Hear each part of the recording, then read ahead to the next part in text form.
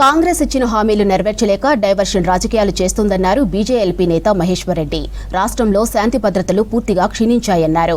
Kamareddy MLA వెంకట్రమణారెడ్డిపై దాడిని తీవ్రంగా ఖండిస్తున్నానన్నారు. త్వరలో జరిగే ఎన్నికల కోసం ఢిల్లీకి సీఎం కప్పం కట్టడానికి రైతు భరోసా డబ్బులు ఎగ్గొట్టాలని చూస్తున్నారన్నారు మహేశ్వర్ రెడ్డి. 10న రిజర్వ్ బ్యాంకు నుంచి తెచ్చిన 9,000 కోట్లు ఏం చేశారో చెప్పాలని డిమాండ్ చేశారు బీజేఎల్పీ నేత.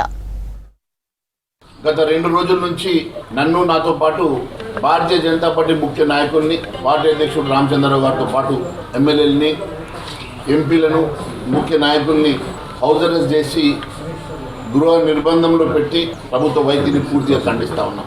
కామారెడ్డి స్థానిక ఎమ్మెల్యేని పరామర్శించడానికి బయలుదేరుతున్న మమ్మల్ని గృహ నిర్బంధం చేయడం, మరి గత 2 రోజుల నుంచి నన్ను గృహ నిర్బంధం చేసి బయటకు వెళ్లకుండా నిర్బంధించడం ఇది అమానుషం. పూర్తిగా రాష్ట్ర ప్రభుత్వ వైఫల్యానికి ఇది నిదర్శనమని తెలియజేస్తా ఉన్నాం.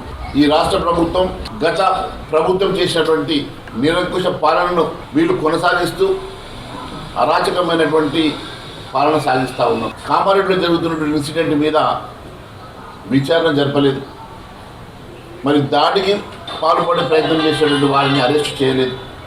అక్కడ దానికి వ్యతిరేకంగా భారతీయ జనతా పార్టీ నాయకులను అరెస్ట్ చేస్తూ ఉన్నారు.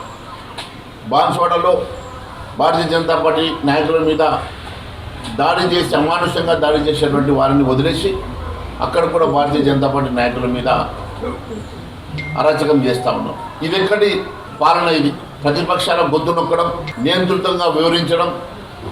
గత బీఆర్ఎస్ ప్రభుత్వం చేసినటువంటి తీరులోనే వీరు వివరించడం అంతా చూస్తూ ఉంటే డైవర్ట్ చేసేటువంటి పాలిటిక్స్ చేస్తూ ప్రతిపక్షాలు గొంతు నొక్కేటువంటి ప్రయత్నం చేస్తున్నట్టు స్పష్టమవుతా ఉన్నది. ఈరోజు మున్సిపల్ ఎన్నికల్లో గెలిచామని చెప్పేసి విరమిగుతా ఉన్నావు కదా, నిజంగా నీకు దమ్ము ధైర్యం ఉంటే ఎంపీటీసీ జెడ్పీటీసీ ఎన్నికలు పెట్టి రుజువు చేసుకోవాలని తెలియజేస్తా ఉన్నాం. కేవలం ఒక వర్గ ఓటర్లను నమ్ముకొని మున్సిపాలిటీలో మాత్రమే నువ్వు ఎన్నికలు నిర్వహించి వారి ఓట్ల బలంతో ఈరోజు గెలిచినని చెప్పుకునేటువంటి ముఖ్యమంత్రి గారు, నిజంగా మీకు దమ్ము ధైర్యం ఉంటే ఎంపీటీసీ జెడ్పీటీసీ ఎన్నికల్లో మీరు రుజువు చేసుకొని నిజంగానే ప్రజా వ్యతిరేకత ఈ ప్రజల్లో ఎంత ఉన్నదో, ఈ రాష్ట్రంలో ఎంత ఉన్నదో ఎంపీటీసీ జెడ్పీటీసీ ఎన్నికలు మీరు నేరుగా నిర్వహిస్తే మీకు అర్థమవుతుందని చెప్పి